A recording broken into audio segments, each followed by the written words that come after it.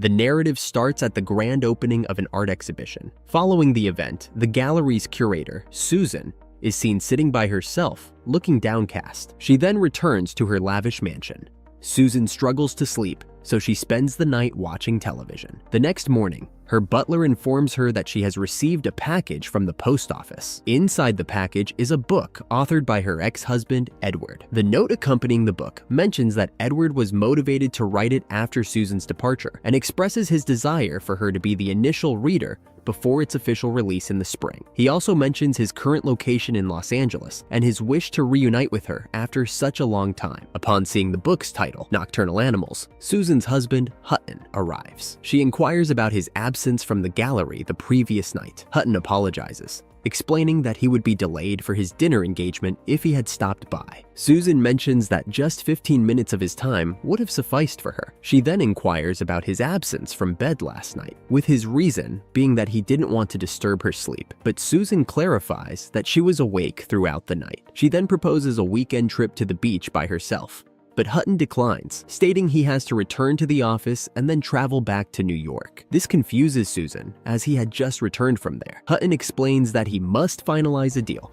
which is the reason for his return. It becomes apparent that Hutton is struggling with his business, and the couple is facing financial difficulties. That evening, they go to a party at their friend's place. Susan's friend, Alicia, notices her distress and asks if she's okay, noting her lack of sleep and stress. Susan mentions that despite her riches and all the material possessions she has, she's still unable to discover true happiness within herself. She inquires about Alicia's secret to happiness, especially since she appears content with her married life, and Alicia reveals that her husband is gay, turning them into best friends and expressing her deep love for him, making her feel unique as the only woman in his life. Susan contrasts this with her experience with Hutton, who never shared this kind of connection. Their conversation is interrupted by Hutton, who needs to depart for New York. Susan wishes him success in his business venture, aware of its importance to him. She then resorts to taking sleeping pills and begins to read the book Edward gave her, which bears her name on the dedication page. The story opens with a family traveling on the interstate towards Texas. Tony, the family's leader, is driving next to his wife, Laura. Their daughter, India, is upset because their cell service has stopped working, and Tony mentions that he enjoys the quiet of West Texas, which is why he doesn't mind the lack of cell service and people. A short while after, two cars are moving very slowly in front of them, blocking their path. Tony honks his horn, and one of the cars moves aside, allowing him to pass. However, a few moments later, the other car speeds up and begins to bother them until it crashes into them from behind. This causes Tony to be forced off the road and trapped by the other cars. A man named Ray approaches Tony and questions him about why he crashed into their car. Tony suggests to Ray that they should report the incident to the authorities to resolve it, but one of the men claims Tony can't because he has a flat tire. Tony doubts their story, and Ray advises him to take the car for a spin to verify their claims. Tony attempts to drive, but is unable to do so due to the flat tire. Ray proposes to repair the tires as a gesture of goodwill to prove their integrity. Tony is left with no option but to exit the vehicle and open the trunk to retrieve the spare tire. Ray then instructs him to bring his wife and daughter along to help raise the car using a jack. Despite fear, the women have no other option but to comply. Ray begins to bother India, prompting Tony to intervene, but Ray retaliates by punching Tony.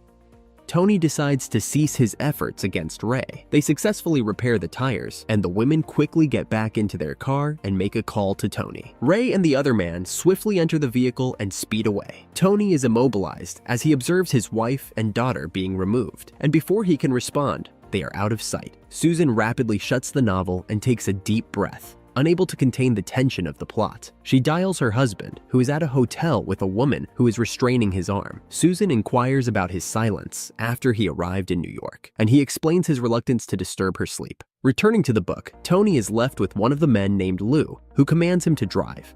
Tony is utterly distraught and searches frantically along the roadside for his wife and daughter. He spots his vehicle adjacent to a trailer with no occupants nearby, and Lou advises him to continue on, reassuring him that Ray won't harm his wife and child. He takes Tony to a secluded and abandoned area before abandoning him there. Tony makes his way along the roadside to the early hours until he stumbles upon a house and requests to use a phone.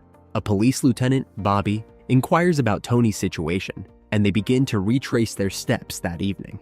Bobby is perplexed as to why Tony allowed the men to drive his wife and daughter away, especially without any weapons. They arrive at the barbed wire fence and proceed to cross it. Far from any settlement, Tony is immobilized when he discovers his wife and daughter deceased on a red couch. Susan is overcome with grief as she confronts the situation. She pauses her reading and recalls the moment she accidentally collided with her former spouse, Edward, in New York. Edward is in New York for an interview for a scholarship at Columbia University, while Susan is pursuing her graduate studies at the same institution. They dine together, during which Edward revealed that she was his initial crush. Upon Edward mentioning that Susan shares her eye color with her mother, Susan became upset, expressing her desire not to emulate her mother's ways. Edward inquired about her decision to not pursue a career in art, to which Susan responded that she finds the world too cynical. He then mentions that she often doesn't believe in her own abilities enough. Susan chuckles and inquires if he'd like to come back with her,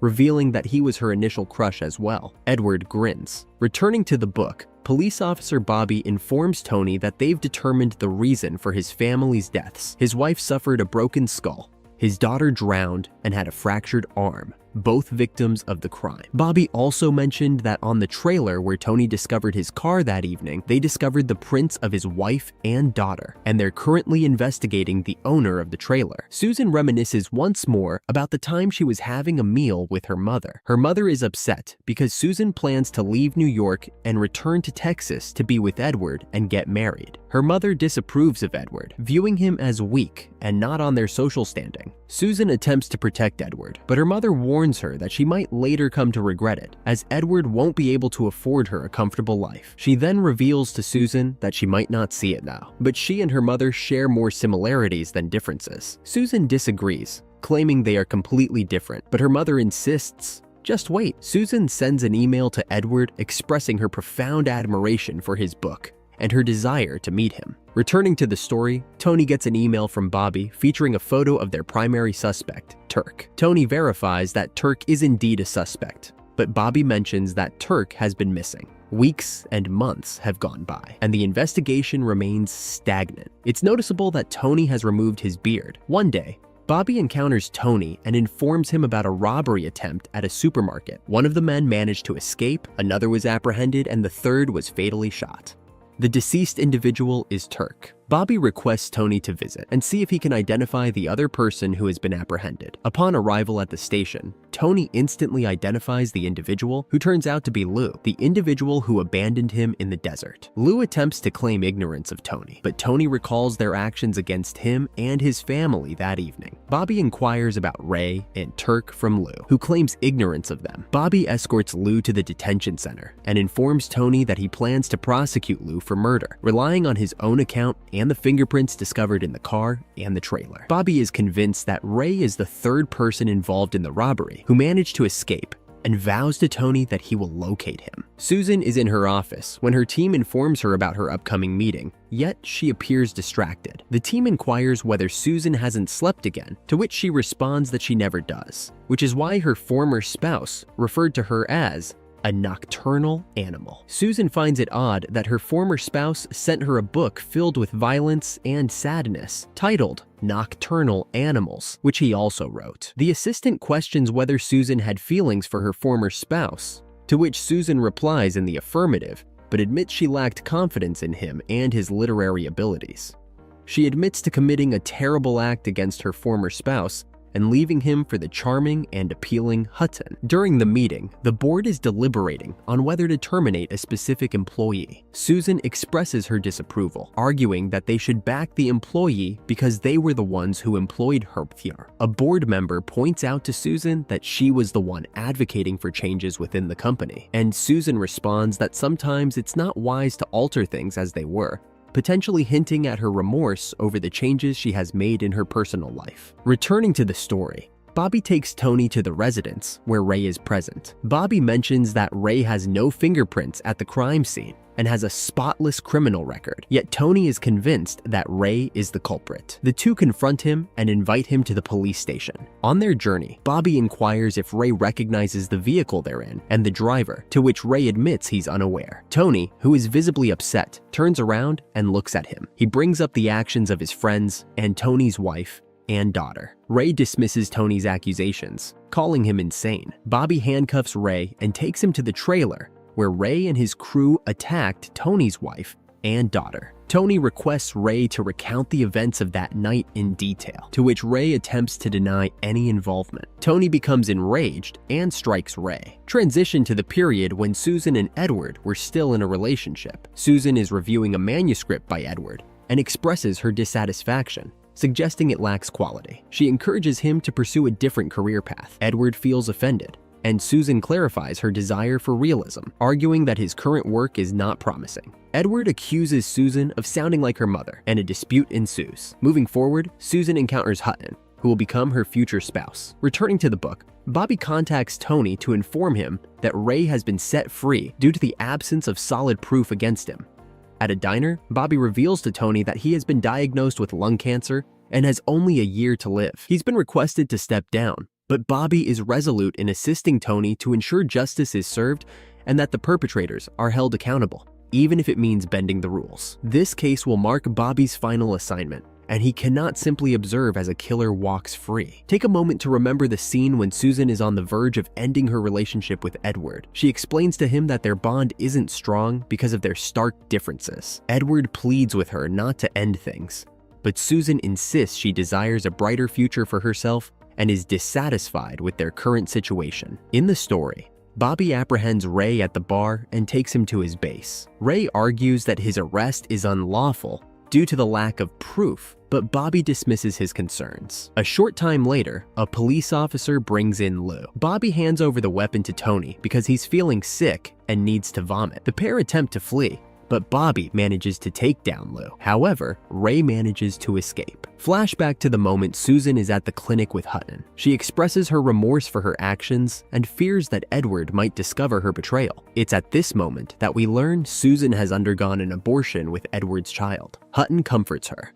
assuring her that Edward will remain oblivious to the affair. A short time passes, and they witness Edward weeping by their car. This revelation leads us to understand that Edward's gentle demeanor led to the loss of his wife and child, who served as the inspiration for the protagonist in his book, Tony, whose gentle nature also resulted in the loss of his wife and daughter. Returning to the story, upon seeing Lou's death, Tony cries out, and he begins to feel the weight of regret for not fighting harder to save his family. Bobby offers support, reminding him of his good qualities. He urges him to rise, explaining they need to pursue Ray and that they will part ways. Tony enters the trailer home and spots Ray, who fires a warning shot at him. Ray teases him, believing Tony lacks the strength to retaliate. He then admits to attacking Tony's wife and daughter, claiming it was enjoyable. When Ray suggests he's powerless to intervene, Tony shoots him, but before he falls, Ray manages to strike him with a crowbar. Upon waking, we observe Tony injured in the eye, struggling to escape. He blindly strikes Ray, who is motionless on the ground.